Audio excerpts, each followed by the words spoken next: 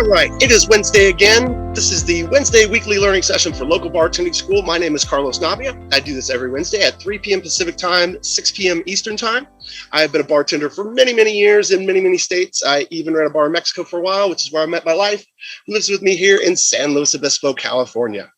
So this is not my normal camera. I broke my video camera last week. So this is my backup webcam. I will have a new video camera delivered by Amazon tomorrow. So I'll have a regular video camera again. So it might look a little funky and not like it usually does. Also feeling a little under the weather and hopped up on Dayquil. So bear with me, we're gonna do the best we can. I am a very cheap date when it comes to like over the counter, even cold medicine and stuff like that.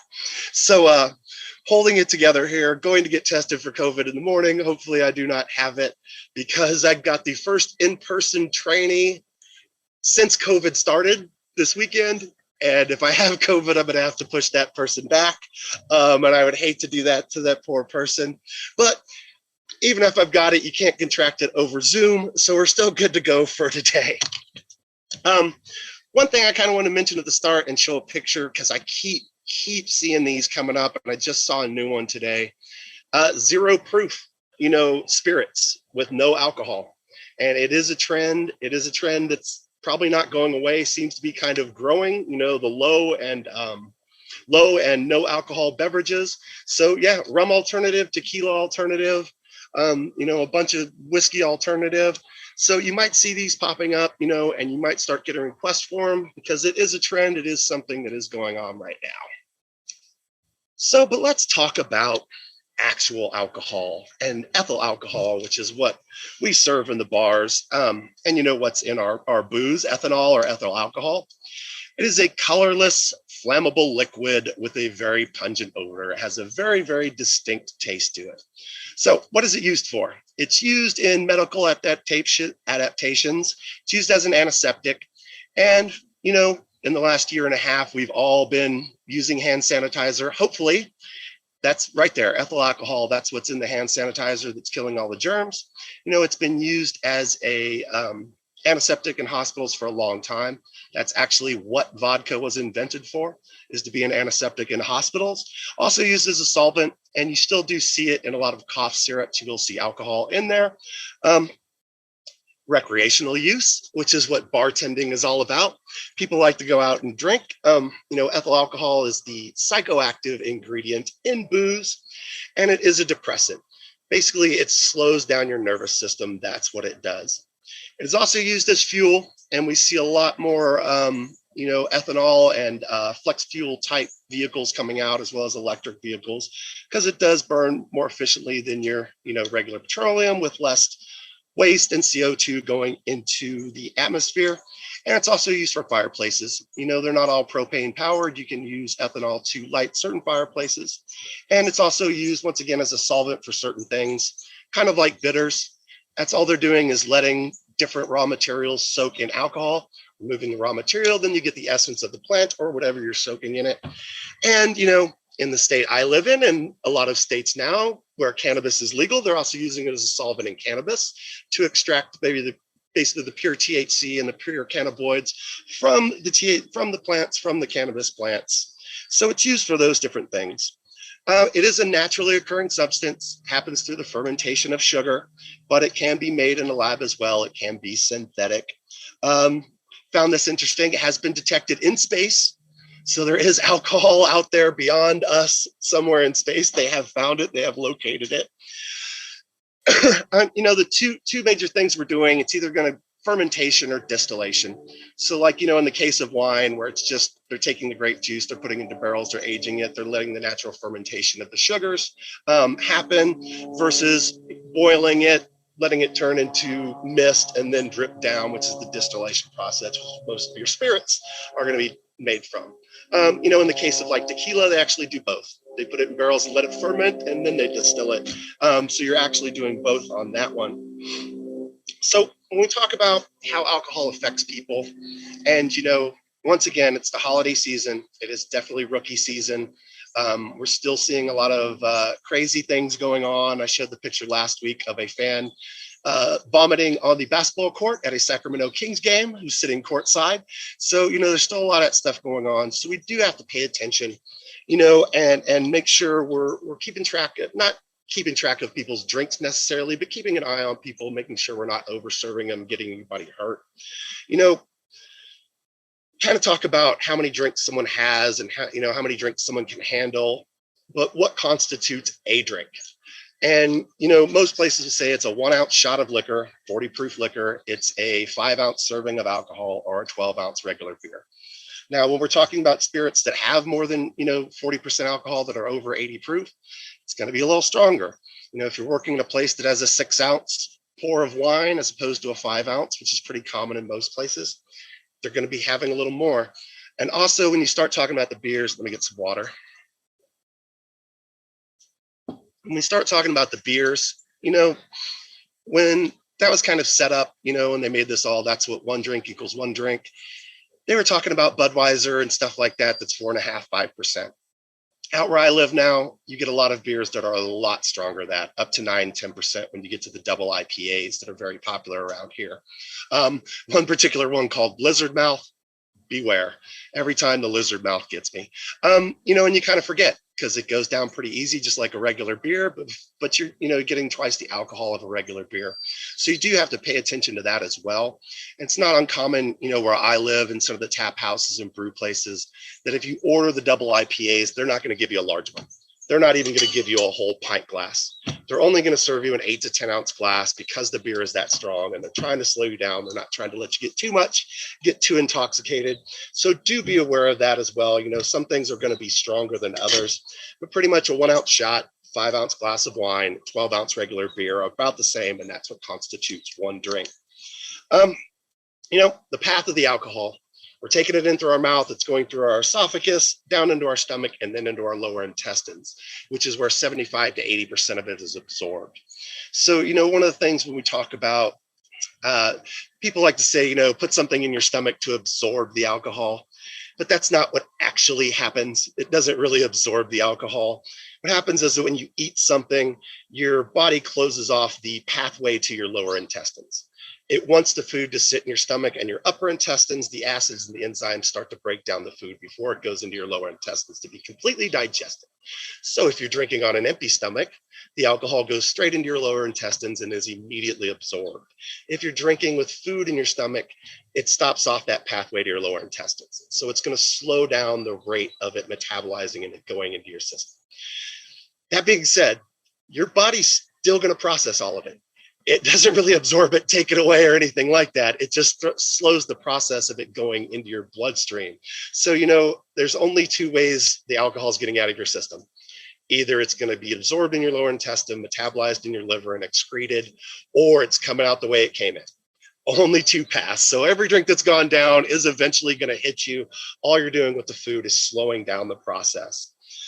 Then it's metabolized and excreted, some through saliva, some through urine, a little bit through sweat. When we talk about how drunk someone is and how we rate it, we're talking about BAC, a blood alcohol concentration. It's done in a rating of 1 per 1,000th. Basically, your blood, 1 per 1,000th of blood is how they rate it. In the United States and all 50 states, excuse me, get the words out, 0.08 is the legal limit for alcohol. Anything over than that, you are legally drunk, can't drive a car, stuff like that. And you might have seen charts like this, that shows kind of how many drinks one person can have, male and female, and what their blood alcohol is going to be. Realize that this is just kind of a guideline. It's not a be all end all. You can't pull this out, show it to a cop and say, but I've only had this many and the chart says this. It's just kind of a guideline as to where people are, and also realize another thing, that 0.08 is for the United States. It's not for every country. There's countries with 0 alcohol tolerance or a lot less, 0.03, 0.04. So, you know, if you are going outside the United States and having a good time and going to party, just realize that they have lower limits than we do.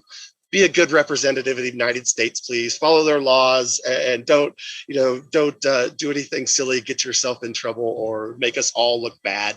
But realize, they got lower rates and you do have to be careful with that. So, the charts are a guideline. It's kind of a little something to go by, but there's a lot of different factors that are going to affect how someone, how much someone gets drunk or how easily it affects them. Number one, their tolerance, their body mass, how big they are. If you got more body mass, you've got more blood, it's going to be less. It's not going to be as concentrated in there. Gender. Women get drunk faster than men because women have less water in their bodies. Men have more water in their bodies. That's it. And that's the same thing. How much water content, how much water you've been drinking that day will affect how drunk you get, because it's going to dilute the alcohol and it's going to water it down. So having a lot of water in your system will keep you from getting drunk as fast as well. We talked about food. Having some food in your stomach is going to slow it down. And if you're dealing with a customer that you think is starting to get a little tipsy, starting to get a little drunk, that's one of the easiest things to do. Offer them some food. Hey, let me get you a sandwich, get you some French fries, let's get you something to eat. Just a little something in their stomach that's going to slow down, once again, the absorption of that alcohol. Environment can play into it. I've seen this happen in California and in Florida where people are not used to the sun. And a place I used to work at in Palm Springs in the desert in California, where it's routinely 115 to 120 degrees in the summertime, we would serve giant 25-ounce margaritas. And people would have one on the patio in the hot sun and pass out. It happened about once a week. It literally happened so much that when we called 911, they would see it was the restaurant, and all we would have to say is it happened again. And they'd go, okay, we'll send an ambulance over. An ambulance would come over and pick them up, because that's how many times it's happened. It was that frequent. People don't understand that sun's a little different. It's not used to it where they're from. Same thing in Florida. People would come down from the Midwest or the Northeast, and the sun's a little different there when you're talking about July or August in Florida. Hey, I always drink a 6-pack out in the sun where I live. Well, it's a little different when you're drinking a 6-pack out in the sun in Florida and it's 90 degrees and 90% humidity. So, the environment can affect it as well. Fatigue. If you're tired, you're going to get drunk faster. It's plain and simple. Just that's the way it works. So that can play into it as well. As well as someone's mental state.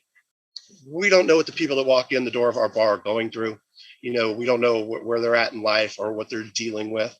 So that can, have an effect on people and how the alcohol affects them as well.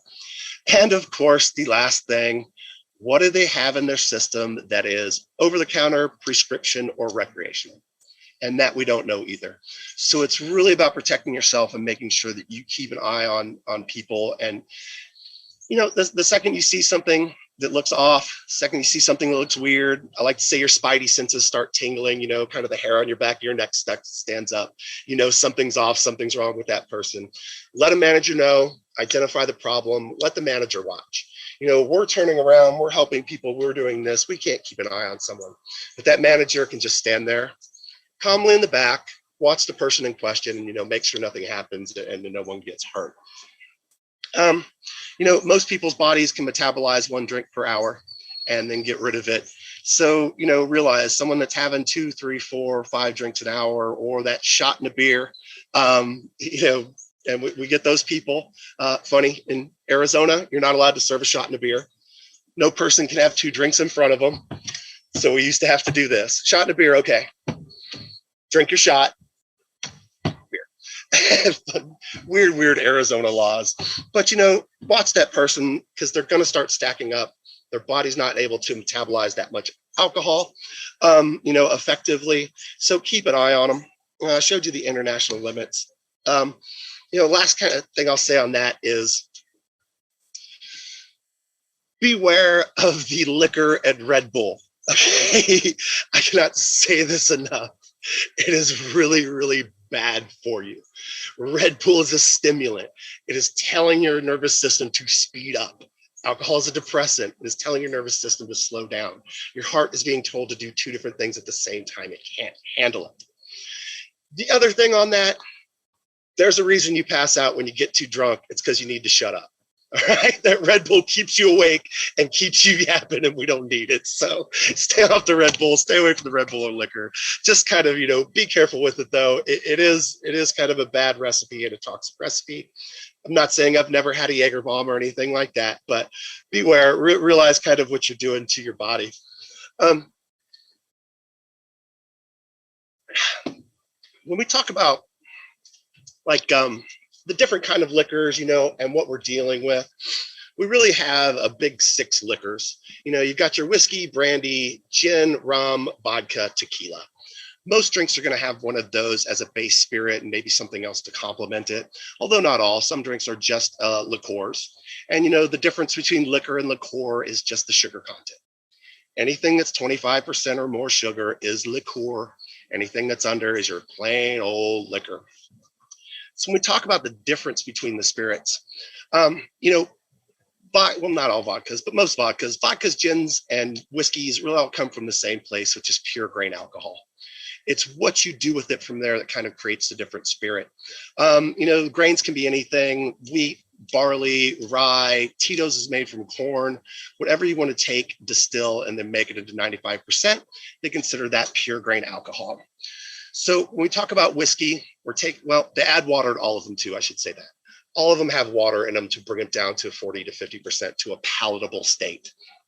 I have lived in the deep South and had the pure stuff. It will, as they say, put some hair on your chest.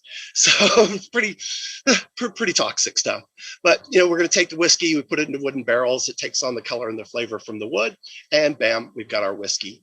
Like bourbons are made through what they call a sour mash process, which is how they how they malt the grains. It is distilled in copper kettles still to this day. Big producers like Jim Beam have giant copper kettles they distill it in, put into oak barrels, aged, bam, and that's how we have bourbon. Please don't ever call Jack Daniel's bourbon. People from Tennessee get really pissed off about it. They're really testy. Tennessee whiskey, it says it on the bottle, it's not bourbon. Jack Daniel's has a very distinct taste to it. I believe it's because it's through a charcoal filtering that they put it through that gives it a distinct taste. You kind of find people either love Jack Daniel's or they hate Jack Daniel's, and there's very little middle ground on that. You see some other American whiskeys like Seagram 7, which is a blended American whiskey. Just means they're taking several different batches, several different barrels, mixing it all together before they put it into a bottle. You see, or I shouldn't say see, kind of a trend now towards single barrel, small batch bourbons and whiskeys and stuff like that. And there's one called Blanton's, very, very popular here. Awesome single barrel whiskey, good stuff like that. You got your Canadians, Fireball, Crown Royal, stuff like that. They're generally a little lighter, a little sweeter, not usually as strong as bourbons as well. Most bourbons are 45, 50%. You find a lot of Canadian whiskeys, 30 to 35% alcohol in them. Of course, you got your Irish whiskeys, your Bushmill, Jameson, Tullamore Dew. I think Conor McGregor sold the MMA fighter, Proper 12. I don't think he has an interest in that anymore. And scotches, which are not the same, but kind of similar. They do come from the same region. They are using some of the same materials in them, which is really the difference between whiskeys. What's your raw material and what kind of wood, and what's done to the wood before you make it into a barrel, because that's giving it the flavor. Most of your regular scotches are 12-year, your Glenfiddich, Glenlivet, Chivas, all of those, Macallans make their regular. They also make a 15-year, 18-year. Longer it's in the barrel, the more it takes on the color, the more it takes on the flavor. Forgot what I was going to say. Some people talk about Highland and Lowland scotches. Highland scotches generally a little lighter, a little sweeter. Lowland scotches generally a little earthier. And Highland, Lowland, it's just where was the raw materials grown. Lowland scotches a lot of times will have what they say is a peaty taste, P-E-A-T, like peat moss. For lack of a better way to describe it, to me it just means it tastes like dirt. I don't tell people they taste like dirt. They have an earthiness. It's a very peaty scotch. Stuff like Lefroy 10-year-old or Lagavulin 16-year-old, very earthy, very peaty scotches. And the other whiskeys we see coming out a lot right now are Japanese. Japanese make some very good high-end whiskeys like Suntory. becoming very popular now, growing in popularity. Once again, they're using different raw materials. They're using different kind of woods in the barrels to age them, that being the difference. If we go back to our pure grain alcohol and we want to make it into gin, we simply flavor it with botanicals, which is a fancy word for plants, anything that grows in the ground. If you've ever smelled or tasted Tanqueray, it smells like a pine forest. That's because Tanqueray is flavored with juniper, and it gives it a piney smell. Hendrick's gin tastes like cucumbers. It's flavored with cucumber. Snoop Dogg has one out now called Indago that's strawberry gin. And there's a lot of good ones coming out now. There's a purple one called Empress. Monkey 47 is really good. I believe Ryan Reynolds has one called Aviator gin. So gins are making a comeback. You're seeing a lot of new popular ones come out right now. If you've ever seen Bombay Sapphire, I don't have the bottle. I wish I did. Comes in a light blue bottle, white label. It used to be my gin of choice. I love Bombay Sapphire. If I look at the Bombay Sapphire bottle and I turn it to one side, there's 5 plants on the side of the bottle. If I turn it to the other side, there's 5 more plants on the other side of the bottle. That's what's in Bombay Sapphire. Pure grain alcohol, water, and flavor from those 10 plants, and that's it. So that's how we make gin. It can just be flavored with any plant.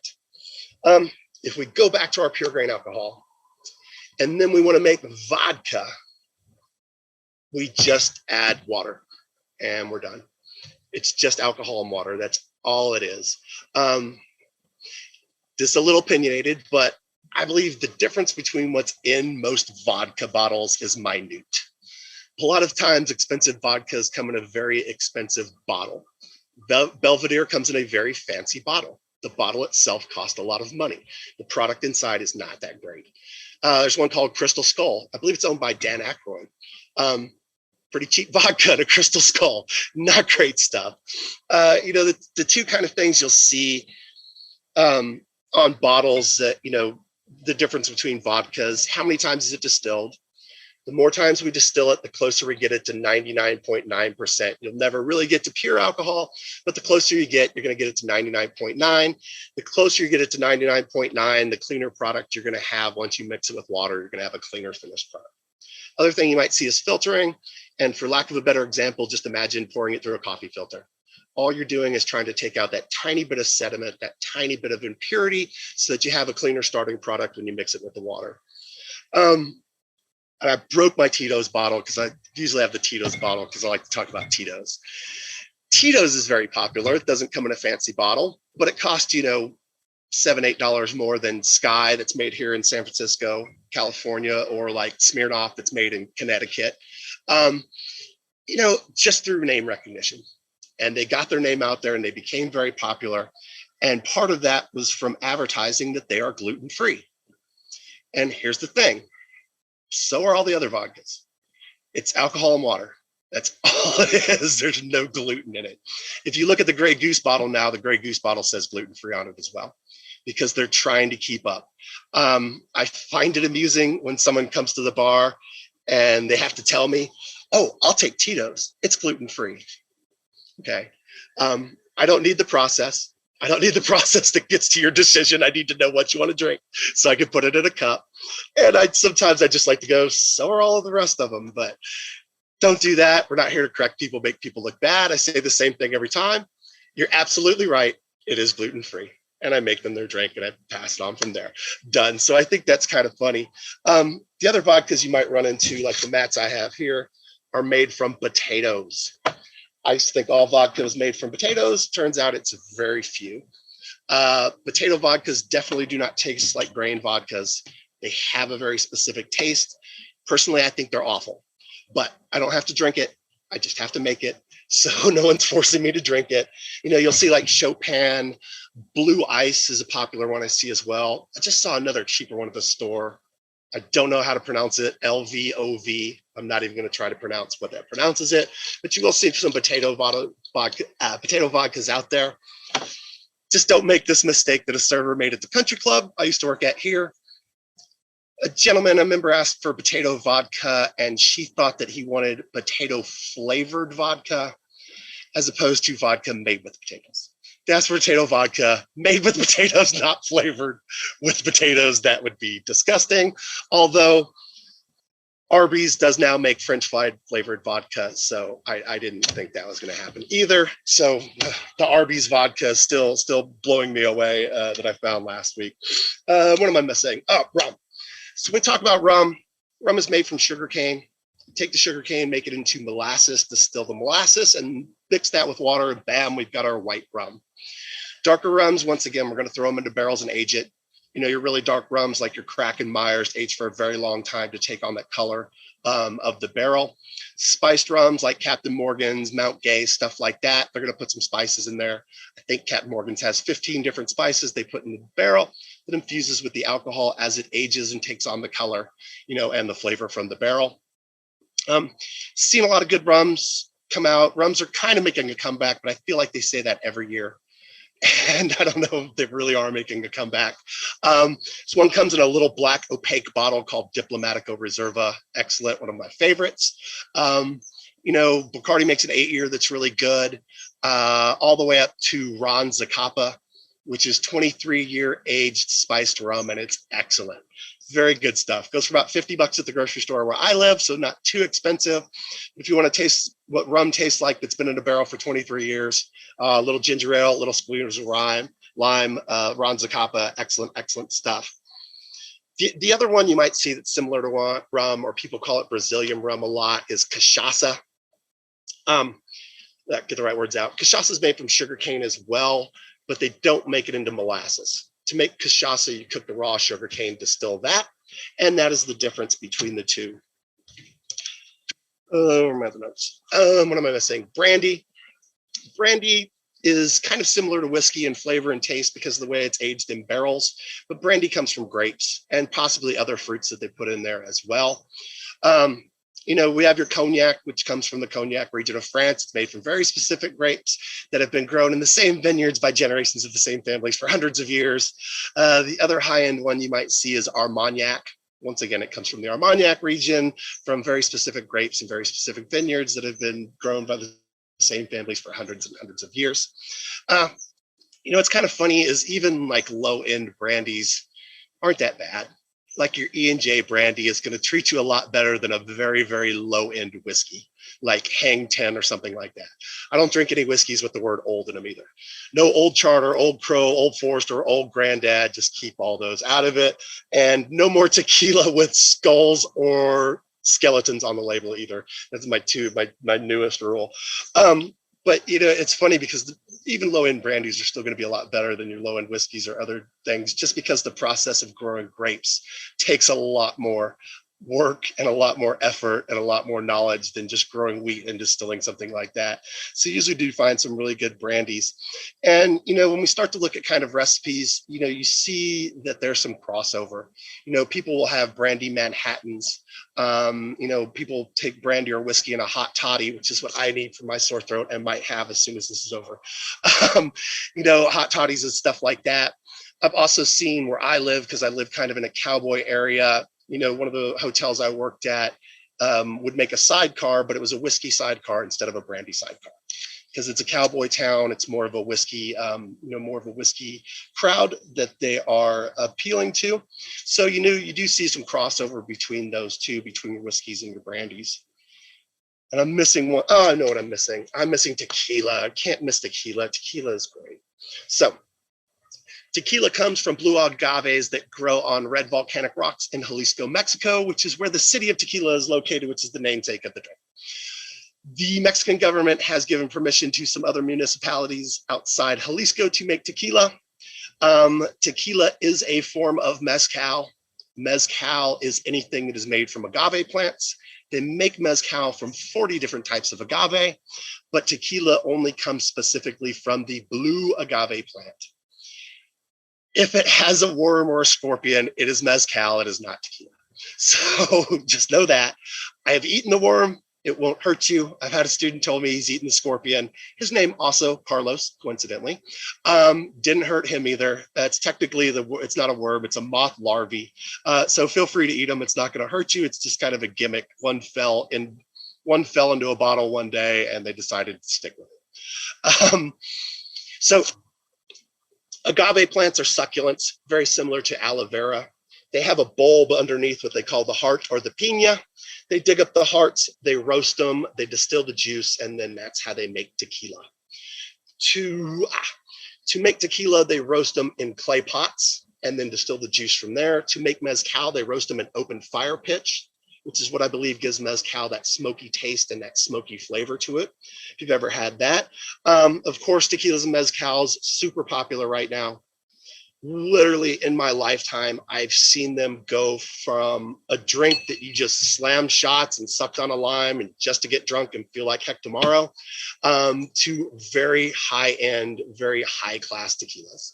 And, you know, celebrities, it's a big thing for celebrities now to own their own tequilas and mezcal. So you do see a lot of those popping up as well. I've gone through them before, not going to go through them all again. So we take the distilled blue agave, once again, throw it into barrels and age it.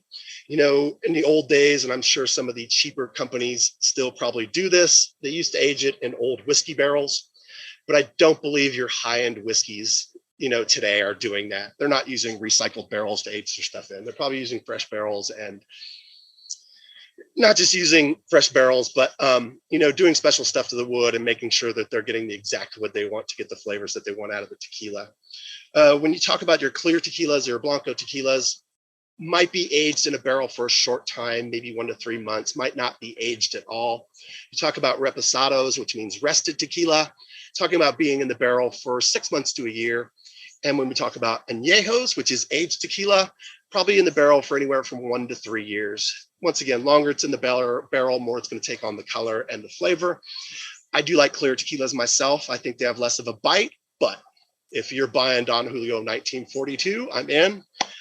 Actually have a bottle of Clase Azul Reposado in my kitchen that we were enjoying some of on Thanksgiving, having a good time. Here's the thing about tequilas, though, and why I feel like people have a lot of tequila horror stories. So by Mexican law, it only has to be 51% agave to be called tequila, and it can be 49% anything else. And that's it. So when you look at cheap tequilas, if you look like a bottle of Jose Cuervo where it says made from blue agave on the label, what it does not say is 100% blue agave. It means it's 51% blue agave and it's 41% the cheapest raw material they could find and distill. And that's what's going to give you a bad hangover. That's what's going to make you feel horrible. If you stick to tequilas that are 100% agave, now I'm not saying you won't have a hangover.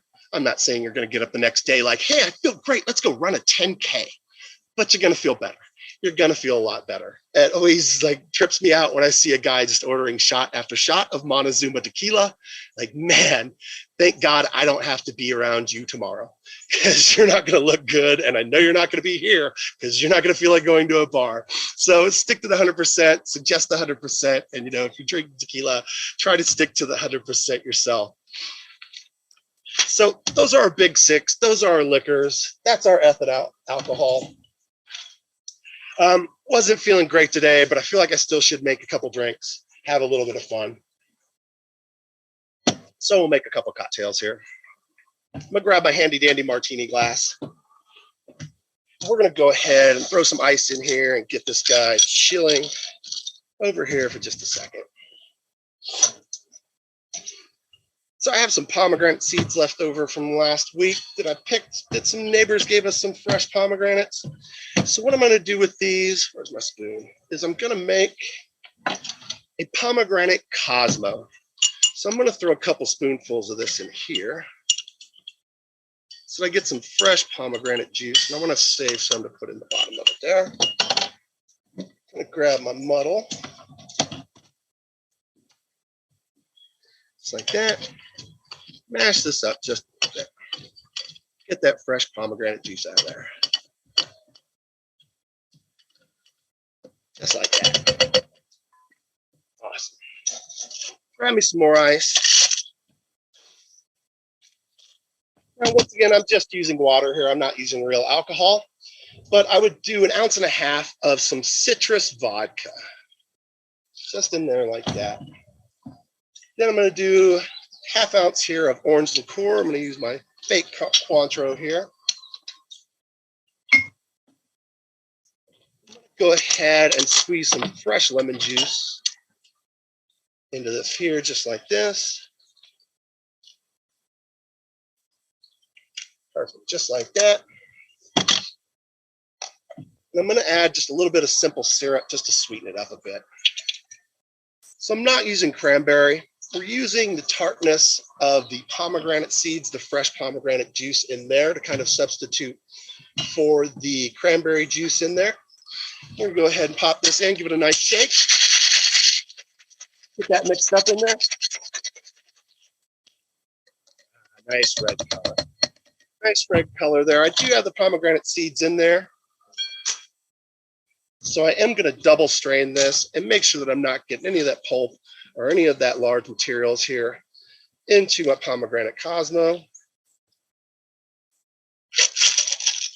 We'll shake, a little more drip out, just like that. Perfect.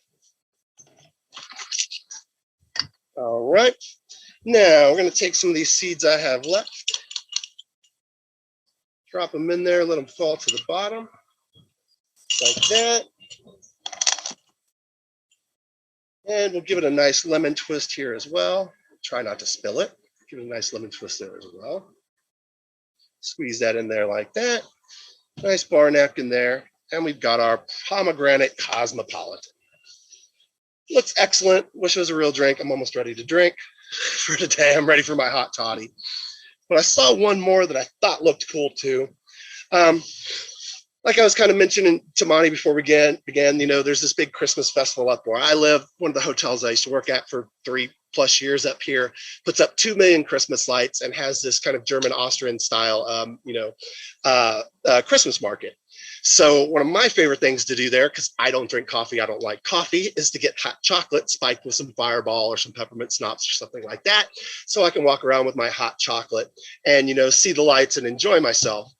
But then I saw something that looked very cool recipe today, which was forget the hot chocolate, try some hot caramel. So if we went ahead and took an ounce of brandy, and this looks close enough to brandy here, so we're going to do an ounce of that. And then I did an ounce of butterscotch schnapps. Once again, we call butter shots by the Kuipers because butterscotch, as I tongue twist it, butterscotch schnapps is very, very hard to say. And then I'm going to take some caramel syrup, if I can get it to come out, and put it in there like that. Perfect. I'm going to put just a dash of cream in there, make it a little creamy. And then I'm going to come back and just hit it with some hot water.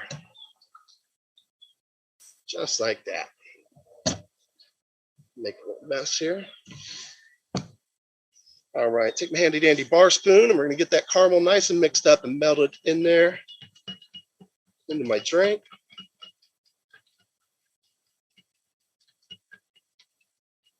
Just like that. Let's see, let's top it off with a little whipped cream. Like that. Give it a little drizzle of caramel on the top. Just like that. A little sprinkle of nutmeg. Like that. Let's see, go ahead and throw a cinnamon stick on the side. A couple straws in there. And we have our hot caramel as opposed to our hot chocolate with a little bit of brandy in it and a little bit of butterscotch liqueur in there. Any questions about anything I can answer for anyone or Monty? Because So, all right. No question, but you made a comment about something, and we were at a restaurant before Thanksgiving, and that's the first time I had that Clase Azul, and that is really good stuff. It is good stuff. The bottles are very cool too. I've got them stacking up in my house. I'll tell you what, if you have it at work, you can smack the top of it and ring it like a little bell.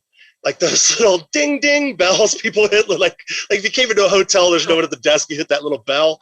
You could smack the top of the Clase Azul bottle and make it ring like that. And I used to do it to servers when they let their drinks sit there too long.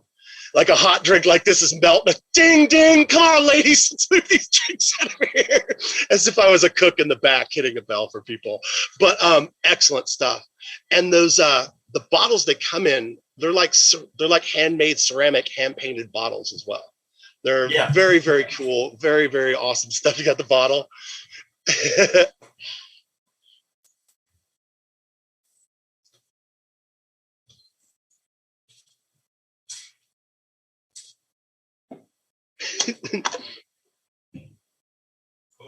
So I was wanting to disappear. It's coming back with the bottle. Oh, I see you coming back. You just disappeared into the coast. Yep, that's it. That's what I got. So Reposado. Good stuff, man. Excellent stuff. I definitely recommend it. Like, we bought a bottle for the house and then took a bottle to LA to our families when we were going to visit.